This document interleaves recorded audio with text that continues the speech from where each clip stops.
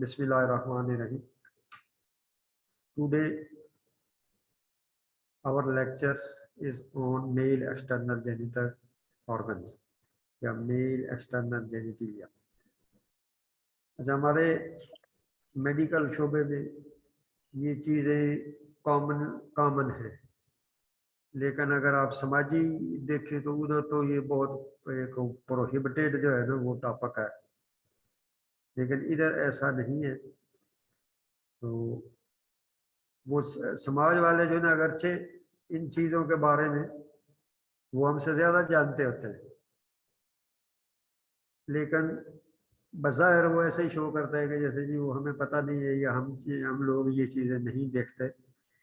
तो ये ज़हन में रखे कि वो हमसे ज़्यादा देखते हैं और उनको शायद इतना इल्म होगा जितना आपको अभी तक इनके बारे में नहीं है, लेकिन मानते नहीं है। ये हमारी जो है ना वो पॉलिसी दोगली है, वो उनकी प्राइवेसी में और बाजार में बहुत जो है ना, वो एक शेर आपने शायद सुना होगा, तुम भी तो मियाँ वाइस वो अपनी ही तरह के, दीनदार जमाने के, बेदीन तबीयत के। जमाने के लिए तो हम बड़े दीनदार होते हैं, लेकिन हमारा अपनी तबीयत अंदरूनी तौर पे जो, तो ये टॉपिक जो है ये फॉर बॉयज एंड गर्ल्स। और दूसरा जो है female genital organ, that will be, क्योंकि we are doctors, not males not females, we are doctor and we have to study both these topics.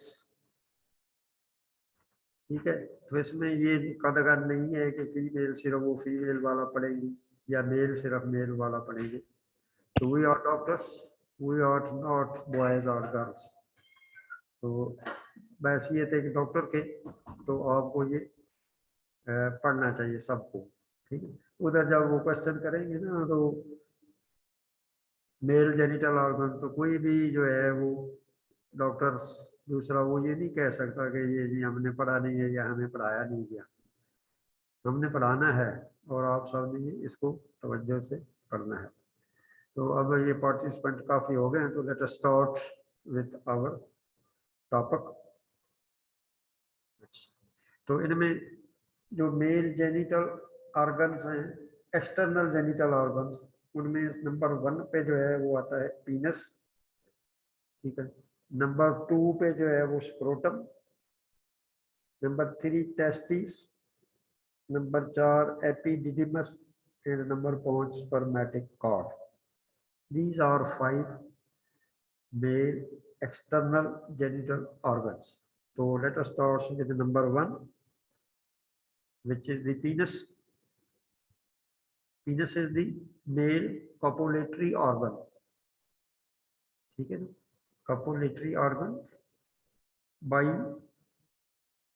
conveying the urethra provides the common outlet for urine and semen.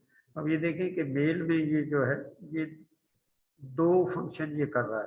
तो यक वक्त 2 fluid जो है ये इसमें से आते हैं। एक कॉमन पाथवे है यूरिथ्रा का, उसमें सीमन भी आता है और उसमें से यूरिन भी आता है। तो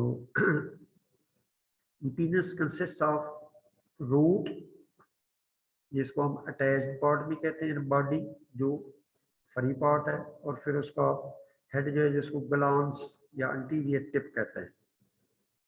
ठीक है, ये भी आपको दिखा देते हैं।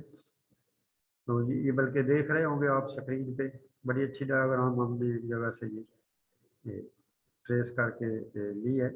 तो ये देखिए कि ये हो गया जी ग्लैंड्स ऑफ पीनस। ठीक है ना, और ये इसकी बॉडी है, ये यहाँ तक, ये फ्री पार्ट जिसको आप कहते हैं। ठीक, और ये पीछे जो है दिस वन और दिस वन, ये है रूट जो अटैच्ड पार्ट है। ठीक है, ये अटैच है, ये वाला, ये जो है आपको प्यूबिक सिम्फिसिस नजर आ रहा है, ये प्यूबिक बोन है। ठीक है, ये वाली ये क्रस्ट है इसकी, और ये ट्यूबरकल जो बार बार जिसका हम जिक्र कर रहे थे, तो ये प्यूबिक बोन है, दूसरी ये प्यूबिक बोन है। जहाँ पे ये मीट करती हैं तो ये कार्टिलेजिनस जॉइंट बनाती हैं, जिसको हम प्यूबिक सिम्फिसिस कहते हैं। और ये जब प्यूबिक बोन आपस में मिलती है तो ये देखें कि इस तरह से एक आर से बन जाती है। ये इसकी आर्स जो है उसमें ये अटैच है जिसमें, ये प्यूबिक आर्स के साथ, और दूसरी तरफ जिसमें, ठीक है। This is the attach part.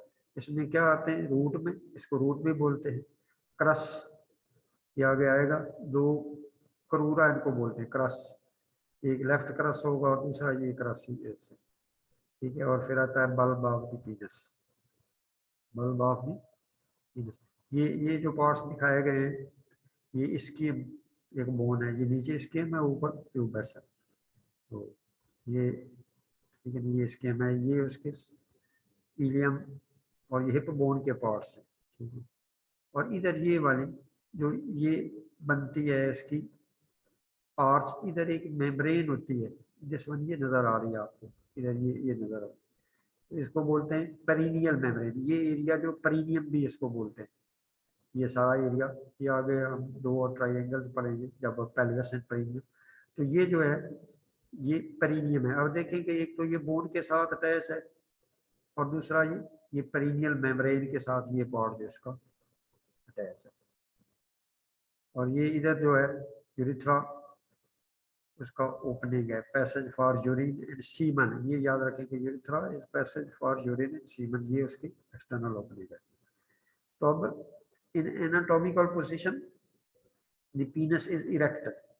अच्छा, इसकी जो सरफेस आपने बतानी है वो होती है एनाटॉमिकल पोजीशन में, ठीक है ना। और वेंट्रल एंड डॉर्सल, तो एनाटॉमिकल पोजीशन उस वक्त लेते हैं जबकि ये इरेक्ट पोजीशन में हो, जबकि ये इरेक्ट पोजीशन में। अब बजाय ये जो आपको नजर आ रही है ये सरफेस, ये सामने अब्डामन की तरफ है, तो this is not the ventral, this is the dorsal. When it will erect, तो ये इधर से ये ऐसे ऊपर चला जाएगा, और ये जो है ये बैकवर्ड आपको बैकवर्ड फेस करेगी और नीचे वाली फॉरवर्ड फेस करेगी एंटीरियर थी, ठीक है। तो उन्होंने लिखा है कि in anatomical position the penis is erect, when the penis is flaccid its dorsum is directed anterior, ठीक है। जब ये इरेक्ट होगा तो ये डॉर्सम जो है ये बैकवर्ड होगी और ये एंटीरियर होगी, और जब ये फ्लैसिड होगा तो ये सरफेस जो है ये ऊपर आपको it will be forward and upward, this surface ये फॉरवर्ड और अपवर्ड होगी और एंटीरियरली फेस कर रही है, ठीक है। ये आपने ज़हन में रखना है कि जो ऊपर नजर आ रही है आपको surface, that is the dorsum flaccid position में, और इरेक्ट पोजीशन में ये जो है पीछे आएगी और जो वेंट्रल सरफेस है वो फॉरवर्ड होगी। ये कॉमनली ये पूछते हैं, तो आपने ये साथ बोलना है कि in anatomical position the penis is erect, तो आपने ये कंसिडर करना है कि वो इरेक्ट पोजीशन में है। अब आते हैं, let us start with the root of the penis in the superficial perineal pouch. ये पेरिनियम रीजन जो है ये नीचे वाला जो है जिसमें एनस और यूरेथ्रा है इसको पेरिनियम बोलते हैं, ठीक है ना। तो ये एक इसकी वो यूरोजेनिटल डायाफ्राम इधर वो आपको नजर आ रही है, लेकिन उससे हमारा कंसर्न नहीं है। तो अभी उसका नाम आ गया, दो पाउचेज हैं, डीप पाउच और सुपरफिशियल पाउच। तो उन्होंने लिखा कि in superficial perineal pouch it is attached to the margin of the pubic arch. वो आप मैंने पहली स्लाइड में आपको प्यूबिक आर्च के मार्जिन्स दिखा दिए, प्यूबिक आर्च भी दिखा दी, तो उसके साथ ये अटैच है। कौन सा पार्ट इसका अटैच है? रूट अटैच है इसकी, ठीक है। ये सेक्शन जो है ये आप दूसरे रुख का सजिटल सेक्शन आपको नजर आ रहा है, तो ये इधर इसकी रूट ऑफ द पीनस आपको ये लेफ्ट साइड पे अभी मैं अच्छा, इट कंसिस्ट ऑफ टू करूरा, क्रस, क्रस की प्लूरल है करूरा, वो दोनों क्रस मैंने आपको पिन पॉइंट किए थे, ठीक है, अभी भी किए थे कि एक राइट है और एक लेफ्ट है, right cross and left cross. और क्रस की प्लूरल है करूरा। ये मैंने आपको बताया कि डायग्राम में भी ये क्रस का लफ्ज आएगा, उसमें डायफ्राम में, तो उसमें भी ये क्रस का लफ्ज आएगा। और भी कई जगह पे आते हैं, ब्रेन में भी ये आता है। एनाटॉमी में ये है कि एक चीज जो है वो दो तो तीन तीन रीजन्स में आती है। बात चीजें तो ऐसी है कि जो हम उनको कहते हैं कि ये देखेंगे ये क्या इधर कैसे आ गए। जैसे ये एक ये वजाइना है और एक वजाइनल कैनाल है जो ऊपर ब्रेन में है, ठीक है, वोमरो वजाइनल कैनाल उसको बोलते हैं। वो जब ब्रेन पढ़ेंगे तो उसमें हम ये आपको बताएंगे। अच्छा, दीज क्रूरा, अब ये क्रस की जमा है क्रूरा। क्रस मीन विंग, ठीक है जी, या बाजू। These crura are attached firmly to the margins of the pubic arch covered by ischiocavernosus. Ischiocavernosus muscle का एक नाम है। तो ये let us see the back। दोबारा मैं इसकी थोड़ी सी वजाहत कर दूं। ये देखें, तो ये क्रस नजर आ रहे हैं आपको बॉडी के। तो ये प्यूबिक का मार्जिन है और आपको बताया कि इस तरह से लाइक दिस ये बनती है, प्यूबिक आर्च बनती है, ठीक है ना, ये बात। तो ये क्रस नजर आ रहा है यहाँ तक, ये अटैच पार्ट, ठीक है। This is the left cross और इधर राइट क्रस, ठीक है। तो ये दोनों margin of the pubic arch, ये प्यूबिक आर्च है और ये उसका मार्जिन दिस, तो उसके साथ ये दोनों अटैच है। अंडरस्टैंड, ये आपको डायग्राम में नजर आ गया। प्यूबिक बोन आपको आनी चाहिए, ठीक है। तो ये जो वो कह रहा है कि ये margin of the pubic arch से ये अटैच्ड है, तो इसीलिए इसको अटैच्ड पार्ट बोलते हैं। अच्छा, these screws are attached firmly to margin of the pubic arch covered by ischiocavernosus। ये मसल का नाम है, ये हम मसल पढ़ेंगे तो आपको ये आएगा सारा। और फिर आते हैं bulb, covered by bulbospongiosus, ठीक है। ये इसके ऊपर बल्बो स्पंजियोसस होता है, attach to the perineal membrane. वो पिछली डायग्राम में मैंने वो आपको नीचे पेरिनियल मेम्ब्रेन दिखाई थी, जो प्यूबिक आर्च में वो भी पड़ी है, एक मेम्ब्रेन है और उसके ऊपर क्या अटैच है, इसका bulb of the penis. In deep surface urethra is present. और इसकी जो बल्ब की डीप सरफेस है उसके अंदर क्या पड़ा है, यूरेथ्रा इज प्रेजेंट। अब इस डायग्राम में मैं आपको थोड़ा सा दिखा दूं इस सेक्शन में। देखिए ये तो हो गया यूरोजेनिटल डायाफ्राम, ये आगे वो पेरियल पाउचेस जो बता रहे थे, और ये इसका इतना जो है दिस इज द रूट, और ये सारी जो है शाफ्ट या बॉडी ऑफ द पीनस है, ठीक है, यहाँ तक। तो दिस इज द रूट। अब रूट में ये क्रस ये आपको बताया, दिस इज क्रस और दिस इज क्रस, ठीक। और दरम्यान में ये बल्ब है, दिस वन, ये वाला, और इधर उसका पार्ट, ये सेक्शन। और इसमें से ये देखेंगे दिस इज द यूरेथ्रा, ठीक है, दिस इज दी यूरेथ्रा, ये सारा या यहाँ तक ये एक्सटर्नल यूरेथ्रल ओरिफिस या ओपनिंग है, तो ये यूरेथ्रा पास का। तो ये बल्ब जो है उसके अंदर, और नीचे जब ये आएगा बॉडी में, ठीक है, तो उधर आपको दो वो पढ़ाएंगे, केवर्नस और बल्बस। तो उनको भी ये बॉडी में आपको तफसील से बताएंगे जो पार्ट उसके हैं। ये डायग्राम में आपको चीजें नजर आ रही।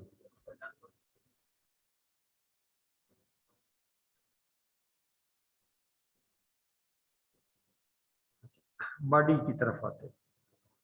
Composed of 3 elongated masses of erectile tissue. इसमें अब 3 उसने बताया है कि इलांगेटेड मास है, ठीक है, इलांगेटेड पार्ट्स है। 2 corpora cavernosa on ventral surface facing backwards and downwards. दो जो है कार्पोरा केवर्नोजा है, ठीक है। तो इसको क्या बोलते हैं, कार्पोरा केवर्नोजा। ये इधर देखें आपको दो जो मैंने दिखाए हैं, कार्पोरा केवर्नोजा, दिस वन, ये वाला, एक ये और एक ये। केवर्नस मीन हालो, कार्पोरा केवर्नोजा, और ये सेंटर में होगा कार्पस स्पंजियोजम, ये जिसके अंदर यूरिथ्रा पास का था ना, ये वाला, ये यूरिथ्रा है और ये साइड पे ये आपको नजर आ रहा है। तो ये होगा कारपोरा केवर्नोजा, कारपोरा कार्पस केवर्नोसस को कारपोरा केवर्नोजा, ये दो कारपोरा केवर्नोजा में, वैसे इसको कार्पस केवर्नोसस बोलते हैं। अब आते हैं कारपोरा केवर्नोसा क्या है। They are continuation of the crura of the root. तो रूट जो है इसी की ये नीचे कंटिन्यूएशन है, किसकी, क्रूरा, उसकी रूट जो है वो क्या बनाती है। अब इसमें देखिए कि डायग्राम, ये रूट है, जब जहां तक अटैच था उसको ये रूट है, और नीचे ये कंटिन्यू करके कार्पस के वर्नोजम बना रहा है। तो कारपोरा के वर्नोजा क्या है, ये रूट की ही कंटिन्यूएशन है, दिस, अंडरस्टैंड। और दूसरी पिछली डायग्राम में अगर आप देखें, उसमें देख लें, उसमें आपको ये रूट नजर आए,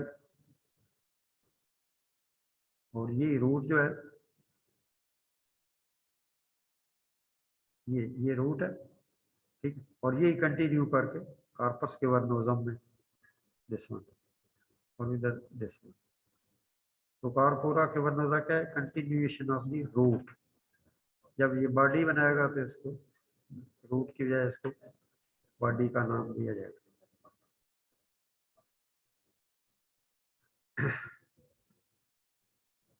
अच्छा, तो ये बॉडी में अब आ गया जी corpora cavernosa. They are continuation of the crura of the root. Tunica albuginea strong fibrous envelope, और इसके गिर्द एक झिल्ली होती है जिसको टुनिका एल्बुजिनिया बोलते हैं, एक लेयर, ये लेयर्स हैं, ये अभी हम तीन वो पढ़ाएंगे, ठीक है। टुनिका वेजिनेलस और टुनिका एल्बुजिनिया, और तीसरी जो है वो टुनिका वेस्कुलोसा है। तो ये एक लेयर है जिसने इसको कवर किया हुआ है, दैट इज कॉल्ड टुनिका भी लेयर। अच्छा, स्ट्रॉन्ग फाइब्रस, ये फाइब्रस है, टिश्यू और स्ट्रॉन्ग है काफी, जिसने इसको कवर किया हुआ है। ये डायग्राम में देखिए नीचे जो आपको नजर आ रही,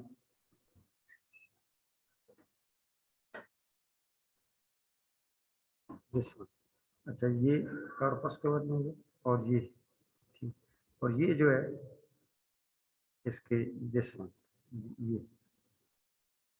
this is the tunica albuginea fibrous layer, strong fibrous layer tunica albuginea.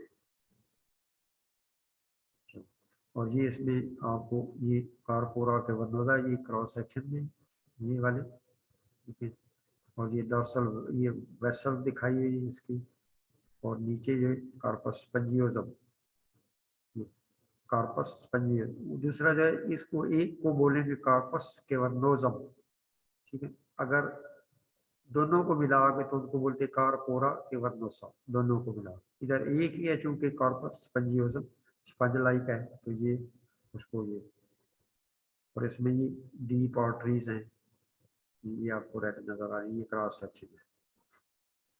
अच्छा, corpus spongiosum, it is the forward continuation of the bulb of the penis. तो ये जो है, ये बल्ब ऑफ पीनस जब नीचे बॉडी में आ जाएगा तो वो बनाता है corpus spongiosum. It is traversed by urethra. तो इसके अंदर यूरिथ्रा जो है वो रन कर रहा होता है, किसमें होता है, कार्पस स्पंजियोजम में, सराउंडेड बाय फाइब्रस शीट। तो उसके इर्द ये भी आपको दिखाया फाइब्रस शीट, जो टुनिका एल्बुजिनिया, वो इसको भी कवर कर रहा है। नेक्स्ट आता है ग्लांस, टर्मिनल एक्सपेंडेड पार्ट, ठीक है। ग्लांस जो है ये टर्मिनल एक्सपेंडेड पार्ट जो है उसको बोलते हैं ग्लांस ऑफ पीनस, ठीक है। ये नजर आ रहा है कि दोबारा बैक पे चलते हैं, आपको दिखाएंगे स्लाइड शुरू वाली। हाँ ये वाली, तो इसमें ग्लैंड्स ऑफ पीनस, ये आपको नजर आ रहा है नीचे लिखा ग्लैंड्स ऑफ पीनस, दिस वन, ये सारे का सारा है। और ये इसके ग्लैंड्स के पीछे कंस्ट्रिक्टेड पार्ट होता है जिसको नेक बोलते हैं, और जो एलिवेटेड दिस वन, ठीक है, ये क्राउन है, क्रोना ग्लैंडिस, यानी ग्लैंड्स का क्राउन, क्रोना। कोरोना से तो आजकल वैसे ही डर लग रहा है, और each and every person is familiar with this corona virus, लेकिन ये कोरोना जो है ये दूसरा है, ये ग्लैंड्स का है, ग्लैंड्स पीनस, उसको कोरोना ग्लैंडिस बोलते हैं।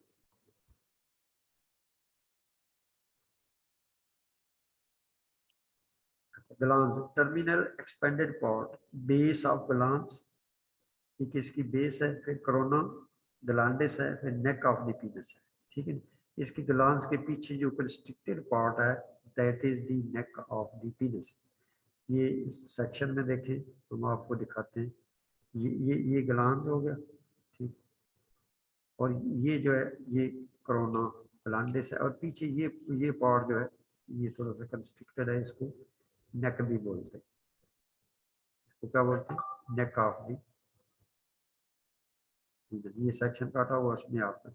और इसके ऊपर ये जो एक होती है स्किन की layer, this is called prepuce या फोर स्किन, फोर स्किन, ठीक है, ये प्रीप्यूस या फोर स्किन। आगे ये बड़ी अच्छी डायग्राम है, वो मैं अभी आपको दिखाऊंगा, ये प्रीप्यूस क्या है, जैसे जिसको काट के वो खतने करते हैं ना, दैट इज दी प्रीप्यूस।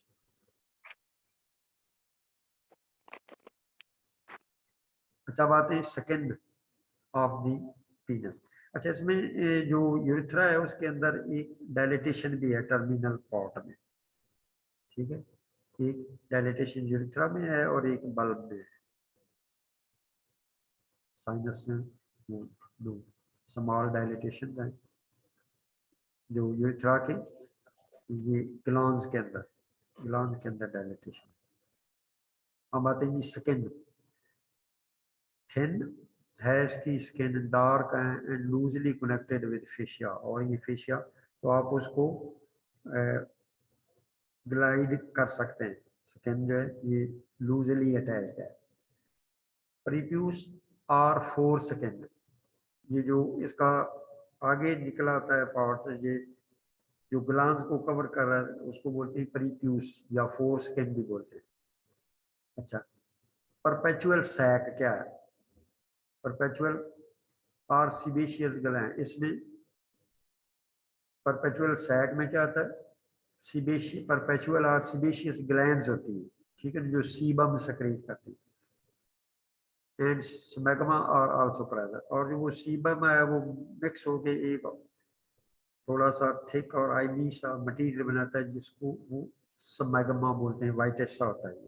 ये जो स्किन है परपेचुअल, उसके फोर स्किन और ग्लैंड्स के दरमियान में जो एक स्पेस बनती है, वैसे वो स्लिट्स टाइप है, यानी इतनी वो खुली स्पेस नहीं है, उसके साथ वो इतनी है जैसे आपकी कमीज और बुनियान के दरमियान में जगह है, तो इसको ये वैसे वाजे नहीं होती, लेकिन अगर इसके अंदर कोई चीज़ आपका अपना हाथ ही कमीज के और बुनियान के दरमियान, तो फिर आपको पता चलेगा कि इधर है, तो उसको बोलते हैं परिपिचुअल सैक, जो फोर सेकेंड और ग्लांस पीनस के दरमियान में एक खला है, एक स्पेस है। तो स्मैग्मा क्या है, ये जो सक्रीट करती है सीबेशियस ग्लैंड उधर है, तो वो सीबम सक्रिएट करते हैं, वो मिलके एक थिक सा मटेरियल बनाता है जिसको बोलते हैं स्मैग्मा, व्हाइटिश सा होता है। अब आते हैं spores and fascia, facie, fascia की जमा होते हैं फेशी, देखिए ई साथ लगा दिया है, स्पोर्स एंड फेशिया पीनस, गुजारे पीनस को जो body is supported by fundiform ligaments and suspensory ligaments. ठीक है, दो लिगामेंट्स हैं, वो भी इधर डायग्राम में मेंशन नहीं, तो आपने इनके नाम याद रखें। ठीक है, तो ये आपका जो है, ये जो होमवर्क है वो भी है सपोर्ट्स ऑफ पीनस। इसमें आपने दो, एक तो सपोर्ट्स ऑफ पीनस, उसमें आपने ये body is supported by fundiform ligaments and दो लिगामेंट्स के नाम ले। फिर है पार्ट्स ऑफ पीनस, उनमें रूट और फिर आगे बॉडी। रूट में दोनों प्रोग्रा और बॉडी में वो चीजें। दिस इज दी होमवर्क, सिर्फ नेम, जस्ट नेम्स। तो स्पोर्ट्स में ये फंडिफॉर्म लिगामेंट एंड सस्पेंसरी लिगामेंट। ये डायग्राम आती है तो मैं आपको ये बाजार से दिखा दूंगा। ये दो लिगामेंट्स हैं। लिगामेंट्स का आपको पता है कि ये दो स्ट्रक्चर्स को आपस में जोड़ने वाले जो बैंड्स हैं या बंडल्स हैं, उनको लिगामेंट्स बोलते हैं। और ये बहुत ताकतवर होते हैं। लिगामेंट जो है ये बहुत ताकतवर होते हैं। वो कहते हैं कि 1 स्क्वायर सेंटीमीटर जो है लिगामेंट का, 1 स्क्वायर सेंटीमीटर, तो वो 1000 किलोग्राम तक बॉडी वेट जो है वो उसको सपोर्ट कर सकता है, 1 स्क्वायर सेंटीमीटर। अच्छा, फिर आ जाते हैं फिशी। फिशी दो हैं, एक सुपरफिशियल फेशिया और दूसरा डीप फेशिया। सुपरफिशियल फेशिया जो इसका very loosely arranged areolar tissue divide of fat. इसके अंदर फैट नहीं होती। अगर फैट दरमियान में आ जाए तो ये काफ़ी ऑर्गन जो है वो थिक और मोटा हो जाएगा, लेकिन इधर फैट नहीं होती। Contain superficial dorsal vein of the penis. इसमें वो dorsal vein of the penis इसके अंदर है स्पेशिया में।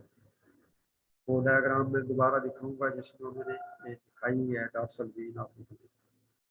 फिर डीप फेशिया, इसको बक्स फेशिया भी बोलते हैं, बक्स फेशिया।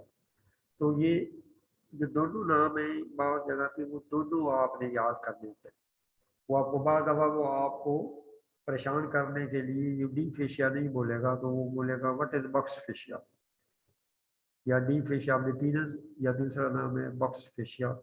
तो एग्जामिनर जो है वो पूछेगा व्हाट इज बक्स फेशिया, तो आपको फौरन पता चल जाना चाहिए कि this is deep fascia of the पीनस। इसलिए ये दोनों नाम जो है वो आने चाहिए। It is membranes layer of superficial fascia. तो सुपरफिशियल फेशिया की दो लेयर्स होती है, पहले आपने अब्डोमेन में पढ़ा होगा फैटी एंड मेम्ब्रेनस। तो ये मेम्ब्रेनस लेयर जो है सुपरफिशियल फेशिया की, वही डीप फेशिया है इसका, पीनस का। डीप टू इट, और इसके नीचे क्या है, dorsal, deep dorsal vein and dorsal artery of the penis and dorsal nerve. तो ये जो है इसमें होती है बक्स फेशिया के अंदर। ये क्लियर होगा आपको। स्पोर्ट्स के नाम आपने लिखने दिए हैं और याद में फंडिफॉर्म लिगामेंट्स हैं, सस्पेंसरी लिगामेंट, और फेशिया का, फेशिया में Buck's fascia, what is Buck's fascia. ठीक है, अब आते हैं जी एनोमलीज। बाज दफा इसके अंदर कुछ डिफेक्ट हो जाते हैं, ठीक है, और उसको बोलते हैं एनोमलीज या congenital defects of the penis. तो एक कॉमन जो है दैट इज द हाइपोस्पेडियास। हाइपोस्पेडियास, तो hypospadia is a common congenital anomaly of पीनस।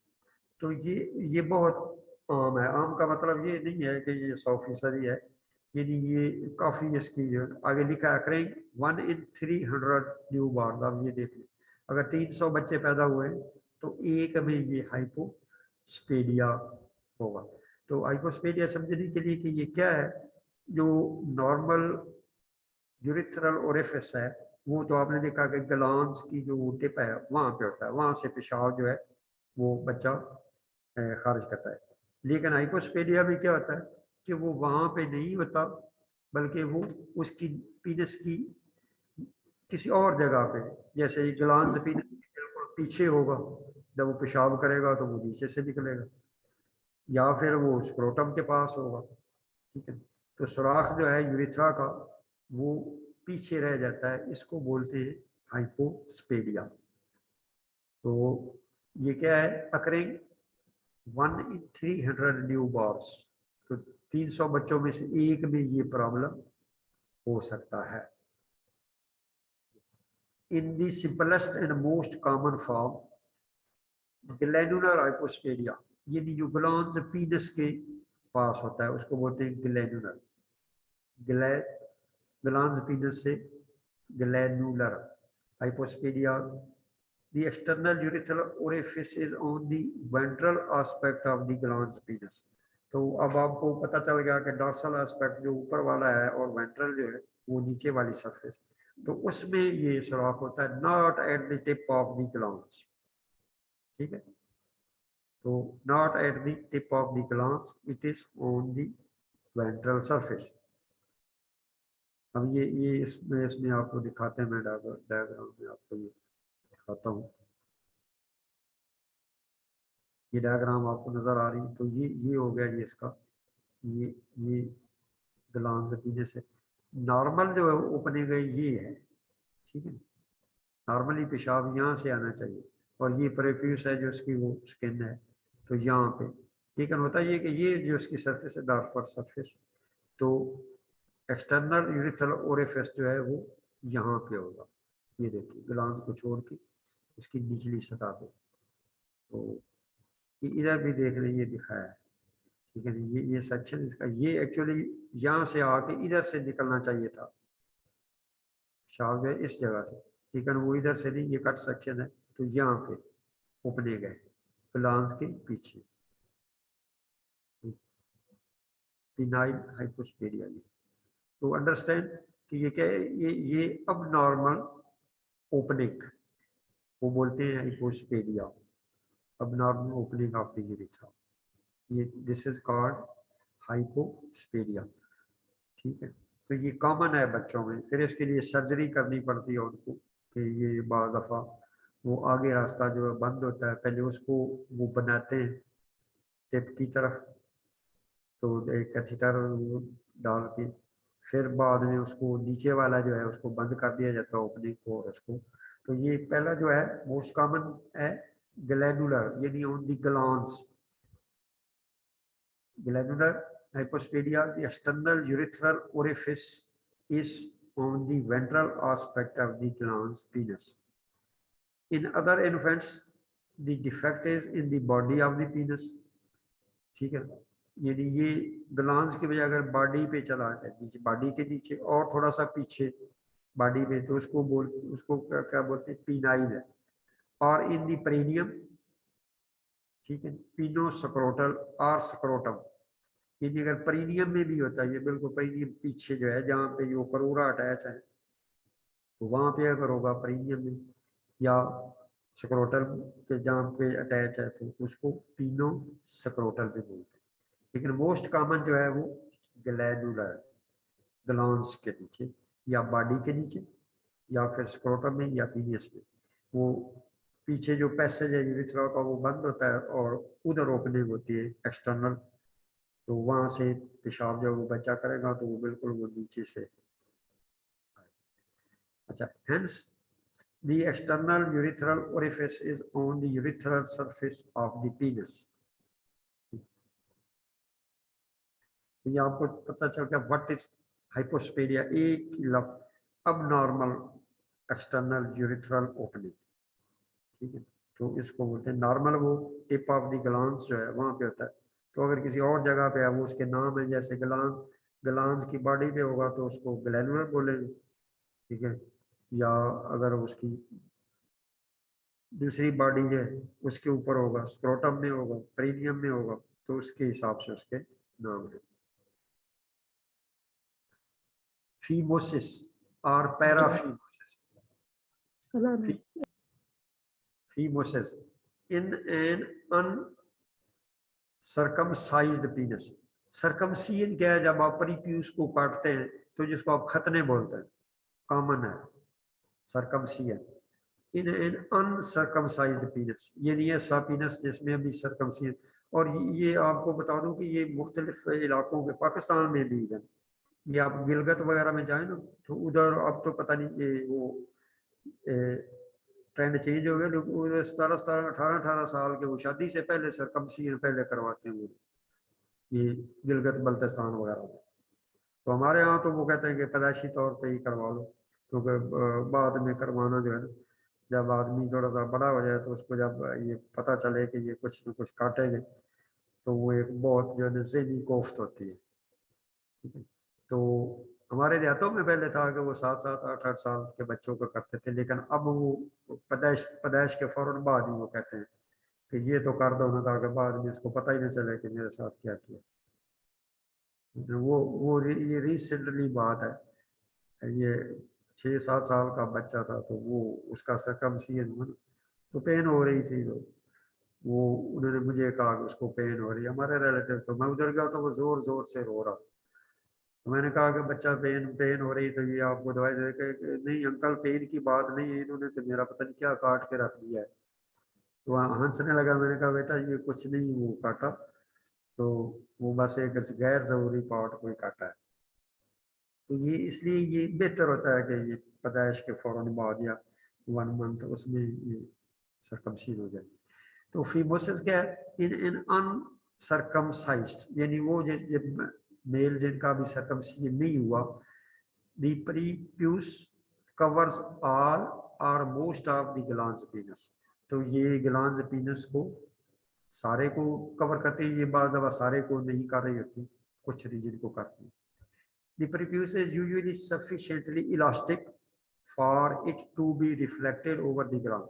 और ये इलास्टिक होती है, तो इसको आप पीछे जो है ना वो हटा के ग्लांस को वैसे एक्सपोज भी कर सकते हैं। जब ये सर्कमसिजन करते हैं तो पहले वो ये ग्लांस एक्सपोज भी करते हैं, तो ये इसमें इलास्टिसिटी होती है, और ये पीछे को आप इसको खींच के ग्लांस वैसे भी एक्सपोज कर। कई शरारती बच्चे मैंने देखा है कि वो ऐसे करते फिरते होते हैं। In some males, it fits tightly over the glands and cannot be retracted easily. तो इसको फीमोसिस बोलते हैं। तो बाज दफा ये इतनी टाइट हो जाती है कि ये पीछे आप इसको नहीं हटा सकते, और इसमें यूरिनेशन का भी प्रॉब्लम। कई दफा सर्जन वो मैं कहते हैं कि इसका पेशाब जो है ना वो प्रॉपर तरीके से नहीं आ रहा, या इसकी धार जो है वो बरीक है, तो सर्जन ये जेल में लाते हैं कि शायद ये जो फीमोसिस हो गई, तो वो फिर उसको कहते हैं कि इसका ये खतने करवा दो, सरकमसिजन करवा दो। तो वो काफ़ी जो है ना वो टाइट, इसको बोलते हैं फीमोसिस। यानी what is phimosis? Tight prepuce which cannot be retracted easily if at all, या तो इजीली वो नहीं होती, सख्त होती, या बिल्कुल ही नहीं हो सकती। As there are modified sebaceous glands in prepuce, ये भी वो पीछे हमने बताया कि वो modified sebaceous glands हैं prepuce में। The oily secretions of cheesy consistency, अभी स्मैग्मा का मैंने जिक्र किया था, तो उसके अंदर वो स्मैग्मा जो है वो बनता है, तो चीज़ी कंसिस्टेंसी। अब इस इन्होंने देखो कि उसको मुशाबहत भी कैसे दी चीज़ से, ठीक है। चीज़ी कंसिस्टेंसी फ्रॉम फ्रॉम देम, ठीक है। अकमुलेटेड इन दी परिप्यूचियल सैक, वो परिप्यूशियल या परिप्यूचियल सैक जो परिप्यूस और ग्लांस के दरमियान में एक मख्फी स्पेस है, उसको बोलते हैं परिप्यूशियल। तो वहाँ स्मैग्मा जो है फिर वो जमा होता रहता है, ठीक है, परिप्यूचुअल सैक में, काजिंग इरिटेशन। तो वहां से वो उसको इरिटेशन जो है वो काज करता है। ये जैसे ये हिंदूज हैं या क्रिश्चियंस हैं, वो क्योंकि उन्हें सरकमसिजन नहीं होता, तो उधर वो स्मैग्मा जो है उसके कोलेक्ट होने के फीमोसिस की वजह से वो चांसेस ज़्यादा होते हैं। और ड्यूरिंग इंटरकोर्स तो वो जाहिर है वो इरिटेट करेगा ग्लैंड्स को, और अगर कंटिन्यूअस इरिटेशन होती रहे, कंटिन्यूअस, जाहिर है सेक्सुअल एक्ट तो इंसान वो जब तक उसमें जान में जान होती है वो करता ही है, तो वो कंटिन्यूअस जो है इरिटेशन की वजह से वहाँ कार्सिनोमा के चांसेस, कैंसर जिसको आप बोलते हैं, कैंसर के चांसेस बढ़ जाते हैं।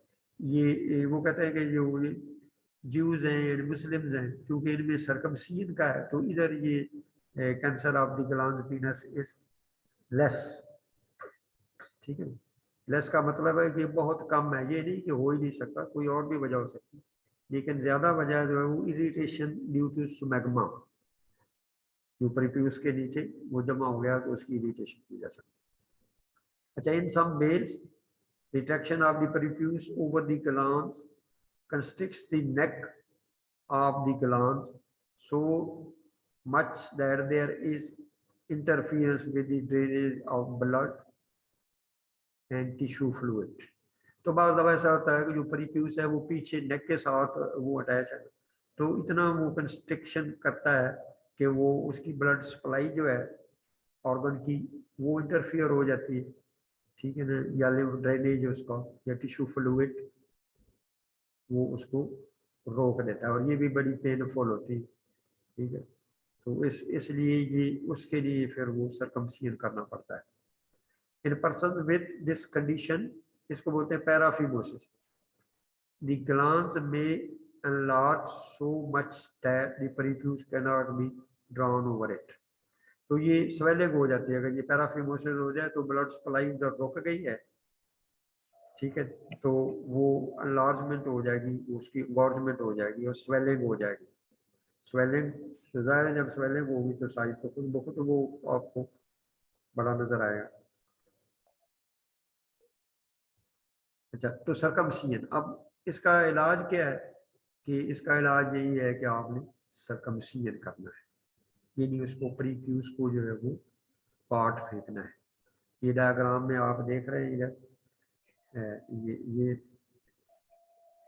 3 डायग्राम दिखाई है सरकमसिजन के लिए। ये सारा प्रीफ्यूज जो है ये इंटैक्ट है, ठीक है, ये फोर्स के इधर से ये। अब आपने क्या कर किया कि ये लाइन ऑफ इंसिजन दी ऐसे, ठीक है, ऐसे दे के इसको ये देखिए इधर कर दिया, आर्टरी से इधर कर दिया, और ये ग्लैंड जो है वो एक्सपोज हो गया, ठीक। यानी अगर ये पैराफिमो अगर यहाँ से ये कंस्ट्रिक्ट कर जाता, बाज़ दफ़ा ऐसा होता है कि मैंने एक केस देखा था बच्चों में, वो शरारत से उसने वो पीछे खुद रिट्रैक्ट कर दिया।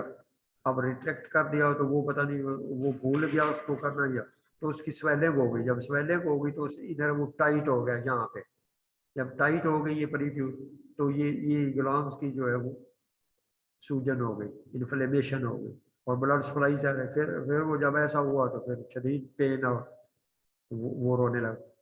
तो जब मुझे दिखाया तो पहले तो मैं समझा कि इसका शायद वो सरकमसिजन हुआ है, लेकिन फिर मैंने देखा कि सरकमसिजन होता तो ये ऊपर जो है, तो फिर मैंने वो पूछा कि ये क्या किया क्या है तुमने, तो वो कहता है कि ये पीछे हटाया था और बाद में मुझे वो याद ना रहा, तो अब ये प्रॉब्लम हो गई। तो फिर मैं हंसने लगा कि बेटा अब इसको भूगतो, उसको पेन किलर दिया और फौरन सर्जन के पास रेफर किया, तो उन्होंने ये देखे कि ये इंसिजन दिया और यहाँ से ये इंसिजन दिया, ठीक है, और ये देखे कि ये इंसिजन आ रहा है, ये काट के तो ये आ गया, अब ये स्टिचेस लगे हुए हैं और पीनस जो है ये एक्सपोज हो गया।